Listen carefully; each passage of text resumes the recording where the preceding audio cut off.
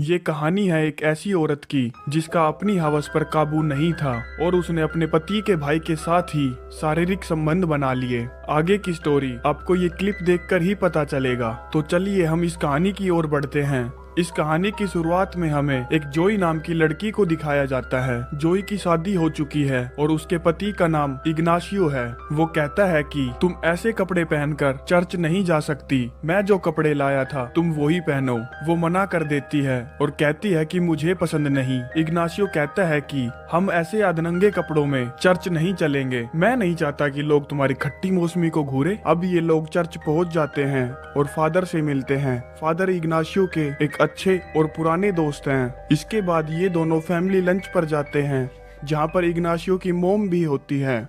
इग्नाशियो की मोम कहती है कि काश डॉक्टर मुझे एक पोता दिलाने का तरीका निकाल पाते। और यहाँ इस लंच टेबल पर हमें पता चलता है कि ये दोनों एक बेबी के लिए ट्राई कर रहे हैं, लेकिन इनकी कोशिश बार बार नाकाम हो रही है। लंच के बाद जोई अपने हस्बैंड के भाई गोंजालो से मिलने जाती है। गोंजालो एक आर्टिस्ट है जो कि पेंटिंग करता है। जोई को गोंजालो की एक पेंटिंग बहुत पसंद आती है और वो उस पेंटिंग को खरीद कर घर ले आती है। घर आने के बाद इग्नाशियो जब उस पेंटिंग को देखता है तो कहता है ये क्या है। जोई कहती है ये गोंजालो की एक पेंटिंग है। वो पूछता है क्या उसने तुमसे इस पेंटिंग के पैसे लिए। जोई कहती है हाँ। इग्नाशियो कहता है कि कमीना कहीं का, मैं ही था जिसने उसको आर्टिस्ट बनने में मदद की और मैं उसको खर्चे के लिए हर महीने पैसे भी देता हूँ। क्या इतना काफी नहीं था उसके लिए। उसी रात ये दोनों टीवी देख रहे थे, तब टीवी पर एक बच्चे की एड आती है। इग्नाशियो कहता है कि हमें एक बच्चा गोद ले लेना चाहिए। जोई कहती है कि नहीं, मैं बच्चा गोद नहीं लूंगी, मैं चाहती हूँ कि बच्चा मेरा जैसा दिखे, उसके अंदर मेरा खून हो। अगले दिन जोई गोंजालो से मिलने जाती है। गोंजालो वहाँ उसके कुछ फोटो क्लिक्स करता है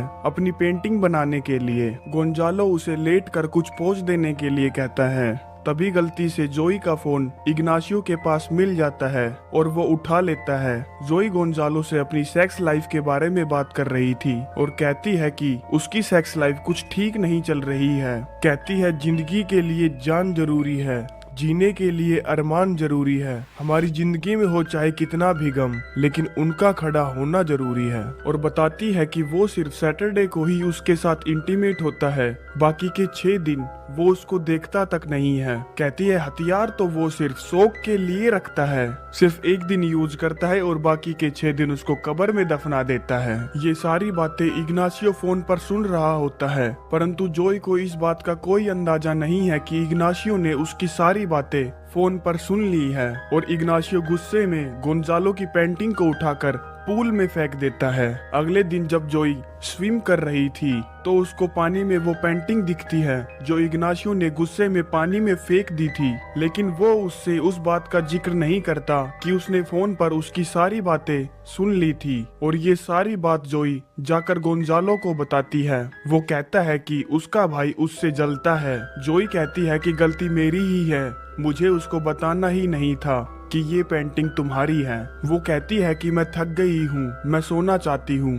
गोंजालो कहता है जो पीना है वो पी लो, जो खाना है वो खा लो और यहीं सो जाओ। वो वहीं पर सो जाती है और आधी रात में जब उसकी आंख खुलती है तो वो पाती है कि गोंजालो भी उसके साथ वहीं पर सो रहा है। वो उठती है और अपने घर वापस आ जाती है। घर पर इग्नाशियो उसका वेट कर रहा था और उससे पूछता है कि कहाँ थी तुम। वो उसकी बात को इग्नोर करते हुए पूछती है कि तुमने ऐसा क्यों किया, तुमने गोंजालो की पेंटिंग को पानी में क्यों फेंक दिया। वो कहता है कि आई एम सॉरी, उसने तुमसे पैसे मांगे इसीलिए मुझको बुरा लगा और गुस्से में मैंने उस पेंटिंग को फेंक दिया। इसके बाद इग्नाशियो वहाँ से सोने चला जाता है। अगले दिन हम गोंजालो को देखते हैं जो कि अपनी गर्लफ्रेंड से बात कर रहा था। वो कहती है कि हमारे रिलेशन को 3 साल हो गए हैं, हम कब शादी करने वाले हैं। वो कहता है कि मुझे शादी नहीं करनी, मुझे बच्चे नहीं चाहिए, तुम्हें जहाँ जाना है जाओ, तुम्हें जो करना है वो करो। और वो वहाँ से गुस्से में चली जाती है। इस बात से गोंजालो का कैरेक्टर डिफाइन होता है कि गोंजालो सिर्फ लड़कियों को अपनी हवस मिटाने के लिए यूज करता है और बाद में उनको छोड़ देता है। अब वो अपने घर पहुंचता है। वहां पहुंचकर वो जोई को कॉल करता है और उसे अपने घर बुला लेता है और उससे कहता है कि वो उससे बहुत ज्यादा प्यार करता है। वो और जोई एक दूसरे के करीब आ जाते हैं। गोंजालो उसको किस करने लगता है। वो कहती है कि ये सब करना ठीक नहीं है और जोई को ये सब करके बहुत गिल्ट फील होता है। इसके बाद वो अपने छक्के दोस्त बोरिस से मिलती है और उसको अपनी किस के बारे में बताती है। बोरिस कहता है कि अगर तुम्हारे पति का हथियार तुम्हें खुश नहीं कर पा रहा तो तुम्हें पूरा हक है कि तुम अपनी खुशी बाहर ढूंढो। और कहता है 1000 बार ली तलाशी तुमने उनकी, 1000 बार ली तलाशी तुमने उनकी, बताओ कुछ मिला तुमको सिर्फ एक सोते हथियार के सिवा। इसके बाद ये लोग रात को डिनर करते हैं जहाँ पर इग्नाशियो उससे कहता है कि मैं सोने जा रहा हूँ, कल मुझको बिजनेस ट्रिप के लिए जाना है।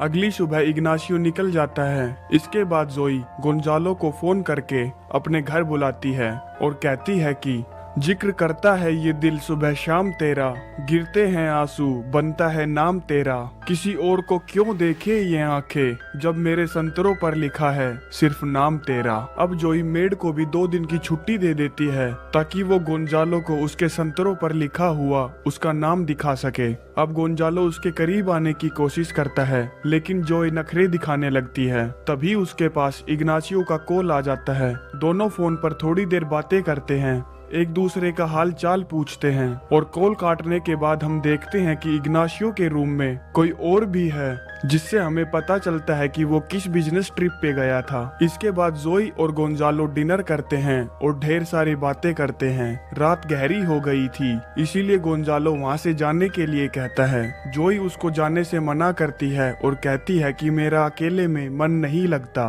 गोंजालो कहता है कि तुम चाहती हो कि मैं ना जाऊं तो ठीक है, नहीं जाऊंगा। इसके बाद ये दोनों सोने के लिए बेडरूम में चले जाते हैं और अपने पार्टी वियर चेंज करते हैं। यहाँ पर गोंजालो जोई को कपड़े चेंज करते हुए देखता है और सोचता है बहुत खूबसूरत होती हैं वो रातें जब मेरा चूहा किसी बिल्ली को देखता है।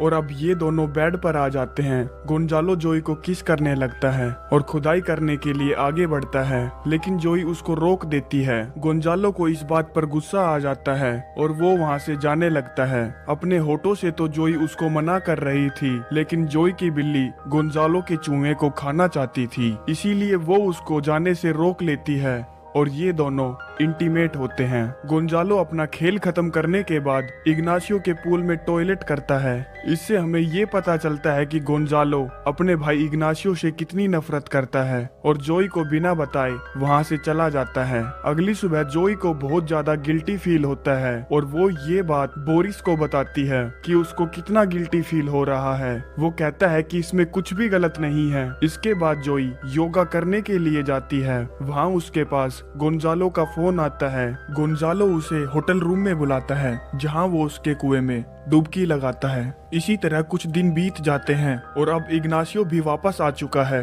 और अब एक रात को ऐसे ही जोई इग्नाशियो के साथ चूहे बिल्ली का खेल खेलना चाहती है लेकिन इग्नाशियो उससे कहता है कि आज शनिवार नहीं है इसीलिए वो आज तुम्हारे कुएं में डुबकी नहीं लगा सकता क्योंकि इसका चूहा सिर्फ शनिवार को ही अपने कान खड़े करता है। इसके बाद ये दोनों सो जाते हैं। आधी रात में जब जोई की आंख खुलती है तो वो देखती है कि इग्नाशियो अपने चूहे को पकड़कर जोर जोर से हिला रहा है यानी कि मास्टरबेट कर रहा है। जोई उससे पूछती है कि तुम ऐसा क्यों कर रहे हो। वो कहता है कि मेरा मन कर रहा है। जोई कहती है कि फिर तुमने मुझको क्यों नहीं उठाया और कहती है कि मेरी बिल्ली बहुत प्यासी है, वो किसी चूहे को खाना चाहती है। इग्नाशियो कहता है कि मैं तुम्हें सोते हुए डिस्टर्ब नहीं करना चाहता था। इसके बाद इग्नाशियो ना चाहते हुए भी उसके कुएं में डुबकी लगाता है। अगली सुबह जोई, गोंजालो, इग्नाशियो और उसकी मोम यानी कि पूरी फैमिली एक साथ ब्रेकफास्ट करती है।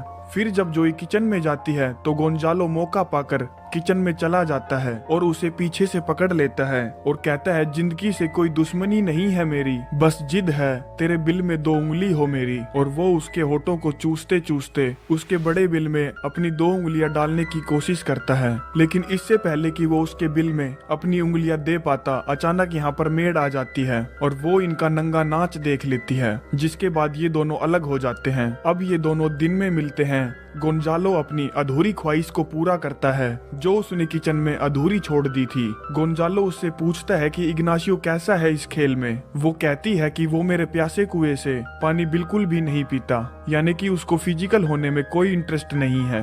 ये सुनकर इग्नाशियो कहता है कि क्या पता उसे किसी का सांप पसंद हो, क्या पता उसे भी अपने बिल में उंगलियां घुसवाने का शौक हो। ये सुनकर जोई भी शौक हो जाती है। इसके बाद एक रात को जोई इग्नाशियो से डायरेक्ट पूछ लेती है कि क्या तुम्हें लड़कों का नाग पसंद है। वो मना कर देता है और कहता है कि नहीं, वो गे नहीं है। उसी रात जोई एक लेटर लिखती है। उस लेटर में लिखती है कि मुझे शक है कि तुम गे हो और तुम्हें लड़कों का नाग लेना पसंद है। मैं तुमको छोड़कर जा रही हूँ। और वो ये घर छोड़कर चली जाती है। और अब इग्नाशियो गुस्से में गोंजालो के पास जाता है और उससे कहता है कि तुमने मेरे बीवी से ऐसा क्यों कहा कि मुझे लड़कों का नाग पसंद है। और यहाँ हमें पता चलता है कि गोंजालो इग्नाशियो से इतनी नफरत क्यों करता है। दरअसल जब गोंजालो छोटा था तो इग्नाशियो ने उसके छोटे बिल में अपना बड़ा नाग घुसेड़ दिया था और अपने इस दर्द का बदला लेने के लिए उसने इग्नाशियो के बीवी यानी कि जोई के साथ रासलीला रची। इग्नाशियो अब घर आता है और देखता है कि जोई यहाँ नहीं है। उसे पता चलता है कि वो उसे छोड़कर चली गई है। दूसरी तरफ हम जोई को देखते हैं जो कि एक होटल में रुकी हुई है। कुछ दिन ऐसे ही बीत जाते हैं और एक दिन उसी होटल में इग्नाशियो एक मीटिंग के दौरान गोंजालो को देखता है। इग्नाशियो गोंजालो का पीछा करते हुए एक रूम के बाहर पहुंच जाता है जहां जोई भी मौजूद थी और वो चुपके से इन दोनों की बातें सुन लेता है। जोई गोंजालो से कहती है कि मैं प्रेग्नेंट हूँ और ये बच्चा तुम्हारा है। ये सुनकर गोंजालो गुस्से में आ जाता है और कहता है कि ये बच्चा मेरा कैसे हो सकता है। मुझे क्या पता तुम कहाँ कहाँ अपना मुंह काला करा कर आती हो और क्या सबूत है कि ये बच्चा इग्नाशियो का नहीं है। जोई कहती है कि नहीं, ये बच्चा इग्नाशियो का नहीं है क्योंकि वो बाप नहीं बन सकता, यानी कि उसकी बंदूक में गोलियां नहीं है। गोंजालो उसे अबॉर्शन कराने के लिए कहता है लेकिन वो इस बच्चे को पालना चाहती है और अबॉर्शन कराने से मना कर देती है। इसके बाद गोंजालो वहाँ से चला जाता है। इसके बाद मुझसे कभी मत मिलना और न ही मैं कभी तुम्हारे कुएं का पानी पीऊंगा। उधर हम इग्नाशियो को देखते हैं जो कि स्विमिंग पूल साफ कर रहा था। उसे वहाँ पर जोई का मोबाइल फोन मिलता है। उसे पता था कि जोई किस होटल में ठहरी हुई है तो वो जोई को एक मोबाइल फोन गिफ्ट करता है जिससे जोई इग्नाशियो से बात करती है और उसे मिलने के लिए होटल रूम में बुलाती है। इग्नाशियो जोई से कहता है कि मैं तुमसे बहुत ज्यादा प्यार करता हूँ। क्या हुआ अगर मेरी बंदूक में गोलियां नहीं है, पर मेरा नाग फन तो पूरा उठाता है ना।